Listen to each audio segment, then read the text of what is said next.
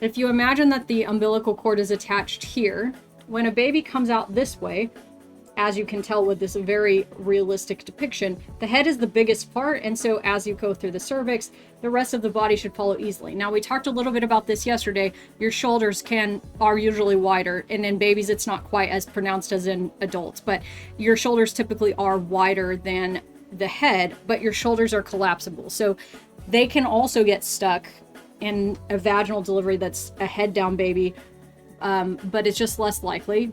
As compared to, you have a breech baby that comes out like this, bottom first. You have relative similarity between the size of the head and the body as the baby comes through the cervix. So it still can be scary and dangerous, and the head can still get stuck. It's just less likely. But when you have a baby, and this baby's feet do not point down like they should, but when it comes out feet first, imagine human legs, and they come out first, you could have that come through a cervix that's not fully dilated. And then it gets to here, and then the head is trapped. This is called a head entrapment. The umbilical cord is here, and it has to come up through this way or around this way back to the placenta. To the placenta. And so it doesn't have to be compressed, but if you imagine that this is so tight that the head can't come through, either in the pelvis or in the cervix, it's likely that there's some element of compression along the umbilical cord. The umbilical cord is what gives oxygen to the baby. It doesn't need to breathe, so it's not a problem of suffocation as we would imagine it. It's a problem of hypoxia, lack of oxygenation, through compression of the umbilical cord. And that can happen fairly quickly depending on how compressed that cord is. And that's all dependent on the thickness of the cord, where it's tracking in this cervix, like through the cervix, through the pelvis, how tight that squeeze is, if it happens to be right next to, the head where the head's stuck, or if it happens to be somewhere else. The amount of compression is going to be different in each situation.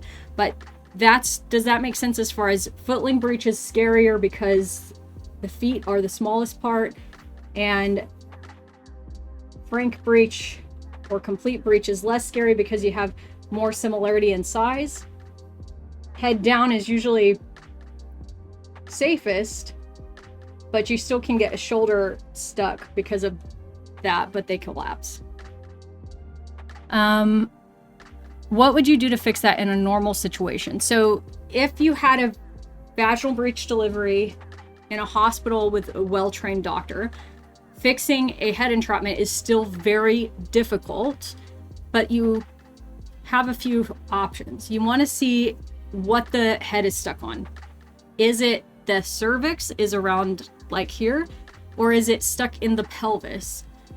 If it's stuck in the pelvis, well, yeah, regardless, usually your first thing that you're going to do is something called Piper's forceps. I'll see if I can find a picture.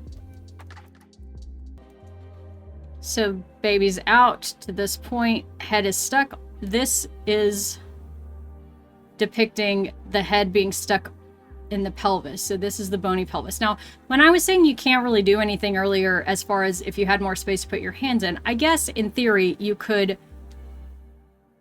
potentially do a maneuver where you put your hand in and put your hand like this on that chin.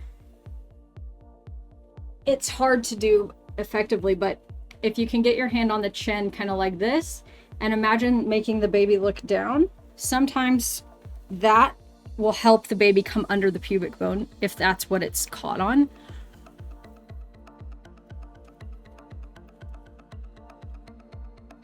Let's see if they don't have any other pictures of that there. So there are other things that you can do, which are maneuvers. I don't think you normally would need to do an episiotomy to do these. And also at the point where she did that, I would have she would have already tried that if she knew what she was going to do. But this is another maneuver where they're trying to rotate the baby to come out. And the other is this very terrible picture of Piper's forceps, and you would place the forceps on either side, and that helps to flex the neck and hopefully come out that way. Make sense?